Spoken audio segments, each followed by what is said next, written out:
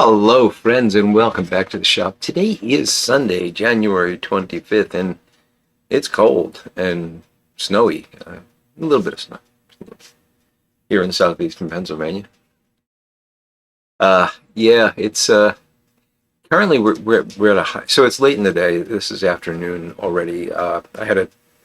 I got up this morning. It was cold. I didn't want to do anything with the snow. I had to eventually go out and start doing some snow removal. So I've just been through that. It's 12 degrees now, and that's warmed up a lot since this morning. Uh, we got about, I don't know, 8, 10 inches, something like that. You know, it's funny. You can give me a piece of wood, and I'll tell you how long that is to within a quarter inch. But you ask me how much snow or how big is a fish, and it's like 3 foot. Anyway, that's enough weather. Uh, Although I will talk more about snow blowers later. So I am going to smoke this month's tobacco of the month, chosen by you, the Friday Night live stream viewers. If you don't know, we do this every month. The first Friday of the month, we pick from 3 different tobaccos. I put up a poll. Whichever one wins, I spend the month smoking at least a bowl a day. And this one got to be more than a bowl a day because I really like it. This is GLP Telegraph Hill, GL Pease Telegraph Hill, and it is actually from 2005. At least, I mean, that's what the date code says, right? I'm pretty certain that says October 2005. 1125 for this tin seems about right for that time frame. This was donated, actually, I believe it was the auction we did for my buddy Jason, the fly tyer, who passed away. And his family, it was right before Christmas, his family really needed help, and we had an auction and raised money for them so that they could have a nice Christmas. And it's a really nice thing that all you guys helped with. Now, I cannot remember exactly what happened. I'd have to go back and watch the video to be sure. But I know Jay Furman was involved. I originally thought that Jay had donated this, but then it doesn't make sense that he gave it to me. So I think somebody else donated it, and he bought it and then said, "You keep it." I think that's what happened. Uh, anyway, it's delightful, and thank you, Jay. So I'm going to load this up. I've got my J Mouton Hawkbill, the only Hawkbill I actually like, and as you can see, I have been enjoying this quite a bit. More than half the tin's gone. And it's wonderful. It's actually drying out a little bit, so I gotta get this in a jar. But we will endure. I like my tobacco a little on the dry side, so it's not a problem for me. So I'm just loading this up. It is a pretty much a ribbon cut. Oh, the furnace is going to come on again. Well, we will see. It is a ribbon cut, although it feels a bit like a broken flake in spots. Although I can't really find any. There's like some chunky bits. The components. I'm prepared. A sturdy foundation of Virginia tobaccos, each chosen for its particular character, is encased with fine flakes of Perique for a refined smoking experience. Each sip builds on the last, creating a marvelous edifice of taste and aroma. Greg really has a way with words. I think he wrote a lot of these, at least the early ones. Anyway, it's part of the Fog City selection, thus the Telegraph Hill name. And with this much age on it, I'm sure it's very different than fresh. I've never had this other than this tin. And like I said, I've really been enjoying it. So let's get this lit up.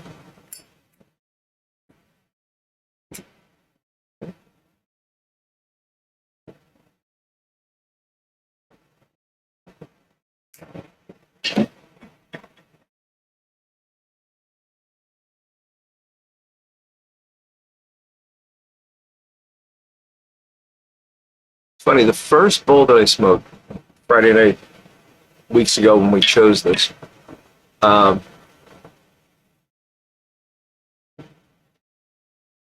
was immediately hit with a tangy citrusy, like bright Virginia note, and I thought, I don't like that, and I'm surprised with something with this much age on it. Oddly, I never got that again, so I don't know what was going on there.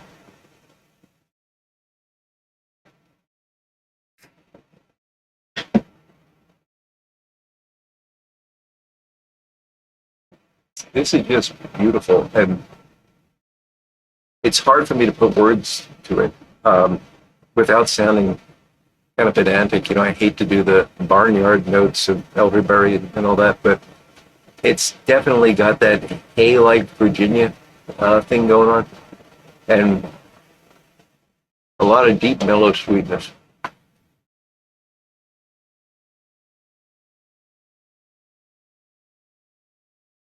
I don't know if I tamped after that first light. The second light did not take.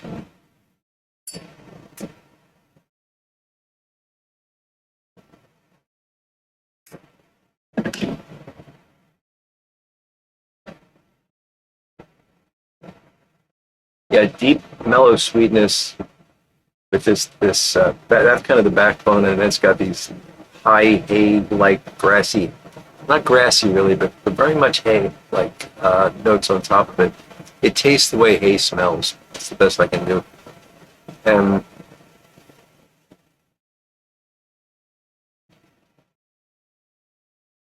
that Perique occasionally punches in. Why is this not staying lit? I've had no problem keeping this lit.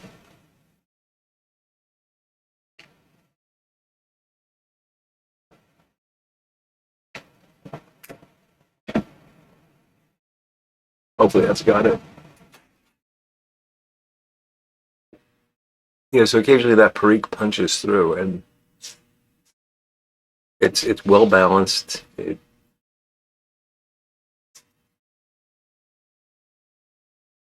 of course the Perique is mellow, after 20 years. I must have packed this wonky.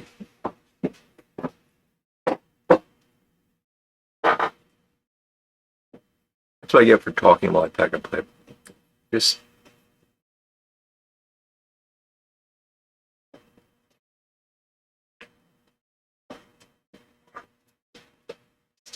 look the other way. I'm going to do something you're not supposed to do.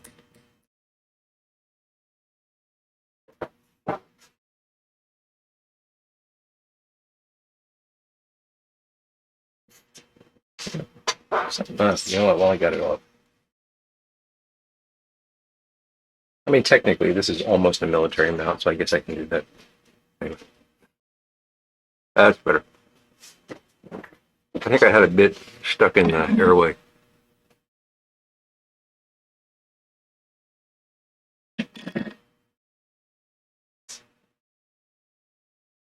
See? Everybody makes mistakes. That's okay. If it doesn't want to work for you, dump the tobacco out and repack it.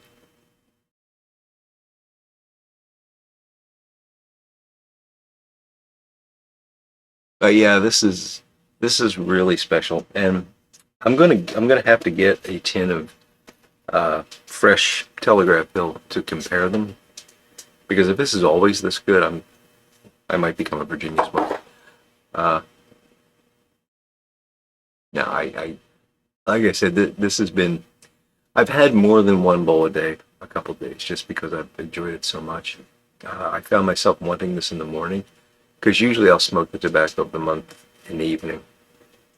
But I've been finding myself wanting this as a first bowl of the day, and but I still get the burly cravings.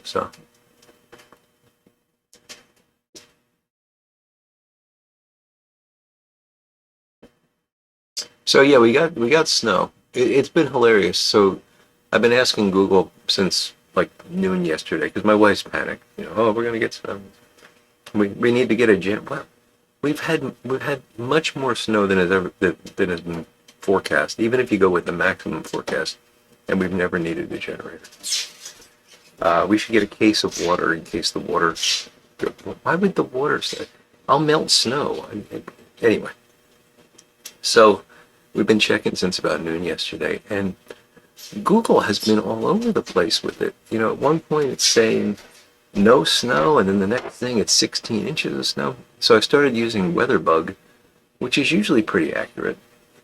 And that was all over the place. You know, it went from 18 inches to 6 inches to 0 to 6 inches, which made me say, oh, see, it's not going to be anything.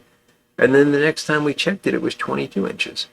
So I have no idea how much is out there. It's got to be at least 8 inches.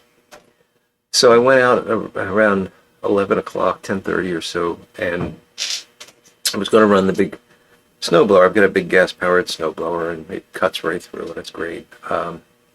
But it's behind the little Ergo electric blower that my wife wanted to get because she can't start the gas-powered one. And I had gotten, this a couple of years ago, I'd gotten hernia surgery, and I couldn't do it. So she wanted to get that just in case.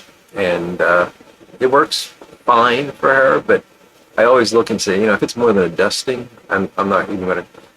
But it was right there in front, and the snow was, you know, 8 inches high as soon as I opened the garage door. And I thought, well, I got to get to the other, to my snowblower, so let me just start this up and see what it, and it just cut right through. And I was like, holy cow, this thing is great. And so I ran it down the driveway, and I was really impressed. Now, this is a light, not very dense packed snow, but pretty high. And so I'm just zipping along with this thing, and it's light, and it's a little hard to balance it, because if you go too far forward, it digs into the concrete and doesn't want to move. If you go too far back, it skips over the top of the snow, so you got to hit the angle just right. But all in all, it was doing a great job. And so I got halfway down the sidewalk, and the battery died. Now, to be fair, I've charged that battery once this year, and I think we've used it 3 times. So, you know, I should have charged it last night. My wife asked me to charge it last night, and I said, why am I going to use that if we're getting 20 inches of snow? Well, I got to tell you, I was pretty darn impressed. So I drug it back in, started up Big Red, which is a very old gas-powered blower. I'm going to have to replace that eventually. And did everything, and now I'm charging up the batteries. And my plan is, because it's still coming down, so my plan is every couple of hours I'm just going to go out with the Ergo and just recut everything and see how that works. I would not, if Big Red dies, which, knock on wood, does not happen for a long time, I would not go out and buy another gas-powered blower. I say blower, it's technically thrower. You know what I mean. I just would not trust the electric one, but I gotta say I'm impressed with it. How it would do with, and this has happened here, you know, 3 foot, where the only way to get through it was to plow the gas-powered one forward, pull it back, let the snow fall back in, push it forward. I actually had to do an entire half of a block that way. 3 feet of snow. That was fun. And then my dog got out that day, and it was really funny. His name was George. He was a lab mix, very energetic, and he would just love to run. And he got out, and he was like in this maze because all the sidewalks were cut in, and the snow was so high he couldn't even see over it. And I'm standing up on the patio, and I could just see his head go. He had fun for a little while.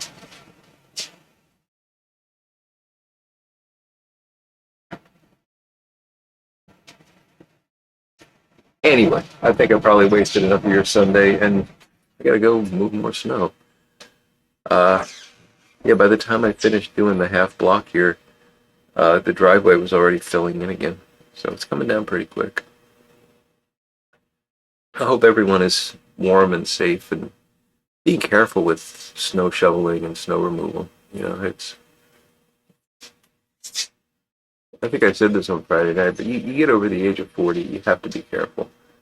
It's surprisingly easy to move yourself to a state of exhaustion on one hand, but also to potentially have undiagnosed cardiac issues that you create a diagnosis for spontaneously, which is not always a good thing. In fact, that's never a good thing. Yeah. Don't shovel yourself to death. That's what I'm trying to say. Because that wouldn't be fun for any of us.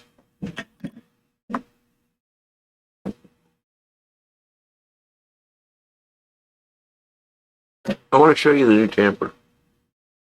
I can't show you the new tamper. Remind me next week, I'll show you the new tamper. I've been playing around with the design. This is a prototype. It did not work out well. But it's got a, the brass thing is I made the brass and on the metal lathe. It's set in here, and this one is not threaded, so it's not really in there very well. And the new ones, I'm actually leaving space to put some lead shot in to weight them. But it's that same branch type thing that I really am enjoying, the knots and stuff that you can get using branch wood instead of more traditional hardwoods. So anyway, I'll keep making them. I'll keep you posted. I'll show you more next week. But with that, my friends, I'm gonna call this to a close. So you have a fantastic Sunday. Stay warm. Hope you're looking forward to a great week ahead. And until we speak again, I will look forward to talking to you all again very soon. So goodbye now.